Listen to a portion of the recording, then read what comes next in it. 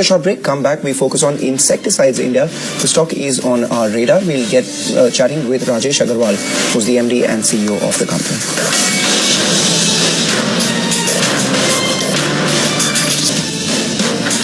Well, Insecticides India, that's a stock on our radar. To discuss the outlook for FY20, we have Mr. Rajesh Aggarwal, the MD and CEO of the company, who joins us on the phone line. Hi, Mr. Aggarwal. Thanks so much for joining in. Well, I believe that you're guiding for around 8 to 10% revenue growth in FY20. If you could give us a sense of what was the volume growth number in FY19 and what are you looking at in FY20? We are on a growth path, and this growth has occurred because we are continuously launching new products. And if I talk about this growth, actually, it has come basically from the new products because they are my focus products, and we have been working around these products over years. So if I say overall volume, there might not be that increase, but slowly we are discontinuing some generic products and bringing the new technologies which are relatively more expensive and giving us better volume in the market. So you're saying volume growth may not be that much, but new products will contribute to the growth that you're talking about. So 8 to 10% revenue growth is what you're focusing on. Is that correct? Yeah, that's correct. And the new products that you're talking about, in the last year, new products contributed how much? If you could give us a rough number in terms of revenues.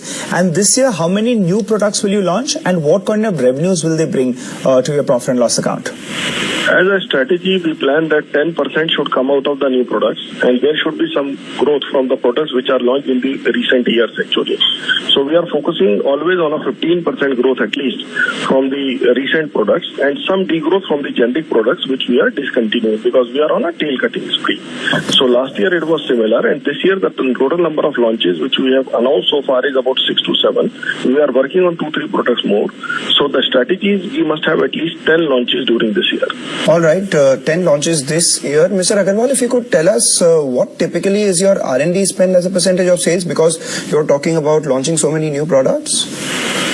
We have 2-point strategy. We bring some products with our Japanese partners and some products from our R&D. My R&D centers are located into my plants, basically, so my expense is little lower. And I also run a new JV where we are working on product discovery. There again, the major expense come from Japan, and we are a minor investor. Is it as a percent of sales? If I look at totality, it would be around 1% or little lesser than that in totality because most of my expenses are booked in the plant and not in the R&D center. But they are contributing very good, actually, because contribution is important. It is not the expense which is important. You know, one thing that stood out last year, Mr. Aggarwal, was your margin improvement. Looked great, actually. For FY19, you've increased to nearly around 15.5%. For the Q4 as well, the margin expansion is something that the street would have liked very much. If you could give us a sense of your Maharatna portfolio, I believe it contributes more than 50% of your total revenues. So how is that likely to increase going ahead? And that is better margins, right? How much better is that in comparison to your normal products? If I talk about the normal products, actually, normal products sometimes are generic products where the margin is as low as 10% gross margin, actually. But when it comes to the new generation products, there we try to bring the RMC near 50 to 60%, which means there are multiple times more margin than the generic products. So all these products which are launched in the recent past, they come into Maharatnas. And today, like Maharatnas majorly contribute of products which are launched in last 5-6 years, actually. And these products are contributing more than 50% of my turnover. So all the new products which we are bringing, the idea is they should be a part of Maharatna basket one day. So we are not just bringing the smaller products into the basket. We are just trying to bring bigger products where the potential is huge and which can take the company to the next level. So I believe that our margin expansion will be better than our turnover expansion. I mean to say that we have taken a target of about 150 basis point increase year-on-year in our margins, and that is entirely coming due to the focus on the new innovative strategies. All right, so 8 to 10% revenue growth, margins at around 17% is what you're guiding for. I was looking at your inventory value last quarter. You said that you were sitting on a fair amount of it because of tough market conditions and looking to liquidate in the first quarter. Have you liquidated it so far? And as a result of that, will your margins get impacted in the first quarter? My margins are going to show positive increase in the first quarter also. Major liquidation is going to happen in the second quarter. So we'll show, I believe that the way way the things are progressing, we'll have some turnover increase also in the first quarter. And of course, margin should also grow. That is my expectation. I'll not be able to comment in full. Current inventory value, sir? Current inventory value, the reduction is not that much actually, but if I'm able to do my sales, the major target is in the second half of June.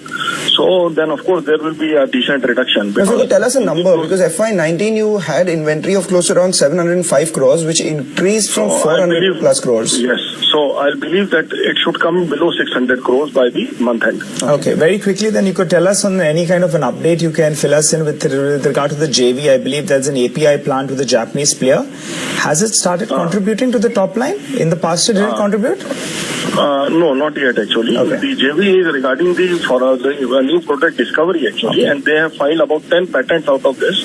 So we are working on the registration. The first products are out, discovered, but we are working on the registrations. It is going to take some time. It's a long-term target. The result will come in 3-4 years, but yes, the product has come in. So for 3-4 years, we should not expect any revenue coming out of this JV, right? For the time being, the revenue will not come, but it is a big thing because how much of money are you putting in? How much of money are you putting in on a per annum basis? Yearly expense of this JV for the current year will be somewhere around 13-14 crore rupees, and major expense is going to come from Japan. All right. Thanks a lot, Mr. Aggarwal, for joining in. So that was the MD and CEO of Insecticides India telling you that 8 to 10% revenue growth and margin expansion to the tune of 150 basis points is what is on the cards for FY20. We'll take a short break, come back, we get you more on the markets and individual stocks.